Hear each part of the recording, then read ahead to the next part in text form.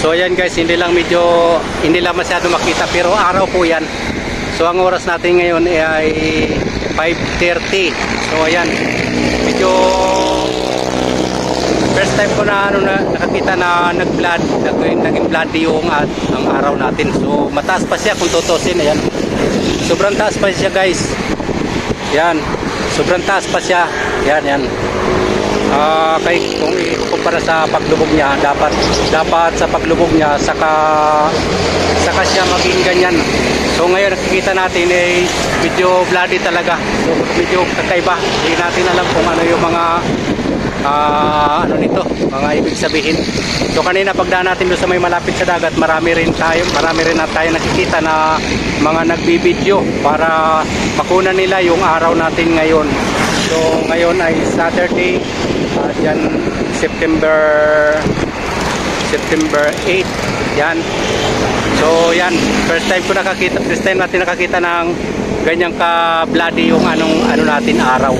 Medyo talaga siya guys, medyo pulang-pula talaga siya. Kaya kumpara natin sa mga dati nating sa mga normal na araw, pagka ganitong oras mga 5:30, mainit pa dito sa lugar na to. Mainit ito. Medyo cloudy siya pero medyo kakaiba talaga eh. So di natin alam kung ano yung ibig sabihin nito. Medyo cloudy siya ngayon pero medyo kakaiba talaga. So yan, nandito tayo sa tabi ito, palaisdaan ito eh. So malapit lang tayo sa dagat. So, sa banda doon, dagat na yan sa likod niyan. So dito natin nakukunan ng malinaw yung ating sun. Ayan, medyo bloody talaga siya. Pulang-pula. So yan. Ayan lang, gusto ko lang ipakita sa inyo na medyo nag-iba talaga yung araw natin ngayong araw ng Saturday. So September 8. Yan. 5:30 ng hapon. Yan. Medyo mataas pa siya guys. Yan. Dapat dito siya banda, medyo magpupula na yan pag nandito na banda.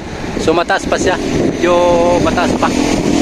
So yan, maraming salamat sa lahat ng mga makapanood nito. Huwag kalimutan mag-subscribe, like and share. Tapos paki-support na rin ang ating YouTube, Facebook page na Randy Taylor Vlog. Ganon din ang ating TikTok account na Randy Mutita 81. So maraming salamat.